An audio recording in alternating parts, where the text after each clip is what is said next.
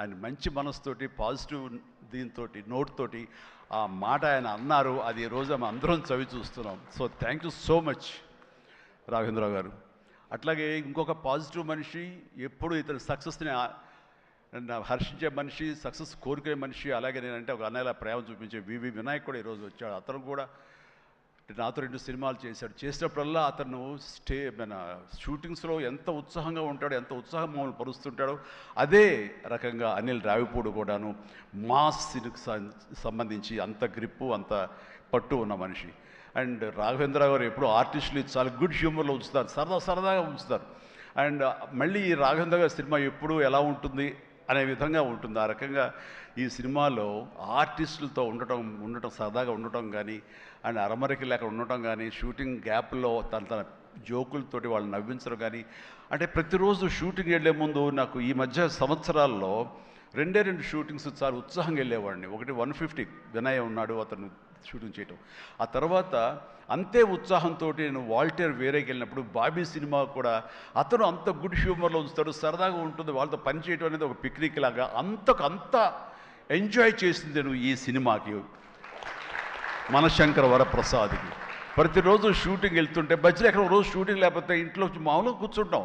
అదేదో డల్గా ఉంటాం అని కాదు, కానీ స్తబ్దతగా ఉంటాం.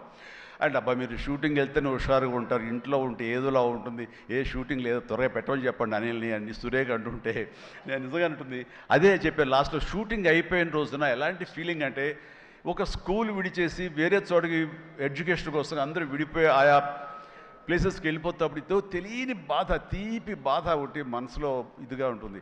అలాంటిదే నేను గురయ్యాను ఈ సినిమాకి. అందులో లాస్ట్ డే ఎమోషన్ అయ్యి కూడా అందరి యూనిట్ అందరినీ పిలిచి దగ్గరికి తీసుకుని వాళ్ళకి నా కృతజ్ఞత చెప్పుకున్నాను. ఒక వండర్ఫుల్ ఎక్స్పీరియన్స్ ఈ సినిమా నేను చేయడం. అలాంటి ఎక్స్పీరియన్స్ ఇచ్చినటువంటి అనిల్ రావుపూడి రైటింగ్ టీమ్కి, అనిల్ రావుపూడి అసిస్టెంట్లకి, ఏడీలకి, అసోసియేట్స్, అలాగే మన సమీర్ రెడ్డి కెమెరా వాళ్ళు, వాళ్ళ అసిస్టెంట్లు అందరూ ఒక కుటుంబంలాగా కలిసిపోయాం. దానికి తోడు ఇంకా సాహు గారి వైఫ్ ఎవరైతే దీన్ని సమర్పించారో అర్చన గారు కానీ, వీళ్ళందరూ ఇంట్లో బిడ్డలాగా, మా సుష్మితో పాటు ఆ అమ్మాయి కలిసిపోయేలాగా వీళ్ళందరూ చాలా ఇది కలిపి ఒక ఫ్యామిలీ లాంటి ఫీలింగ్ వచ్చింది.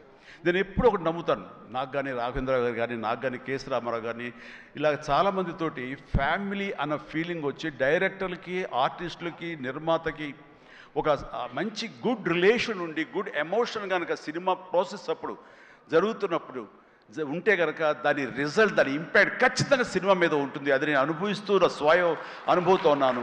అలాగే ఇందాక నేను చెప్పినవి కూడాను అన్ని సక్సెస్ఫుల్ సినిమాలే. మిగతా సినిమాలకు వచ్చిందంటే ఏదో వర్రీగా, ఏదో డౌట్గా, ఏదోలా ఉంటుంది. కాబట్టి నేను తప్పు నా మీదే వేసుకుంటాను, కానీ ఒకళ్ళ మీద నెట్టను నేను. అది కానే కాదు. కానీ నాలో ఉండే జోష్ ఇంట్లో ప్రత్యక్షంగా చూశారు కాబట్టి, అలాగే ప్రత్యక్షంగా సినిమా సెట్స్లో వీళ్ళు చూస్తారు కాబట్టి నేను ఇది ధైర్యంగా చెప్పగలుగుతున్నాను. అందుకని ఏ సినిమా అయినా సరే కష్టపడే పనిచేస్తాం, ఏ సినిమా అయినా సరే ఇష్టంతోనే పనిచేస్తాం. కానీ కొన్ని సినిమాలు ఎగ్జైట్మెంట్ ఇస్తాయి, కొన్ని సినిమాల రిజల్ట్ అలాగే ఉంటుంది. అలాగే ఈ సినిమా ఇంత రిజల్ట్, ఇంత వెరీ గుడ్ విజయం మాకు లభించినందుకు, మాకు ఇచ్చినందుకు, దాంట్లో మధ్యలో ఒక వారధల్లాగా పనిచేస్తున్నటువంటి బయ్యర్లకి, డిస్ట్రిబ్యూటర్స్కి, ఎగ్జిబిటర్స్కి, ఈ కళకళలాడుతూ ఈ సంక్రాంతి ఇంత బాగా ఉందంటే అందులో ప్రధానమైన కారణం ఈ సినిమా.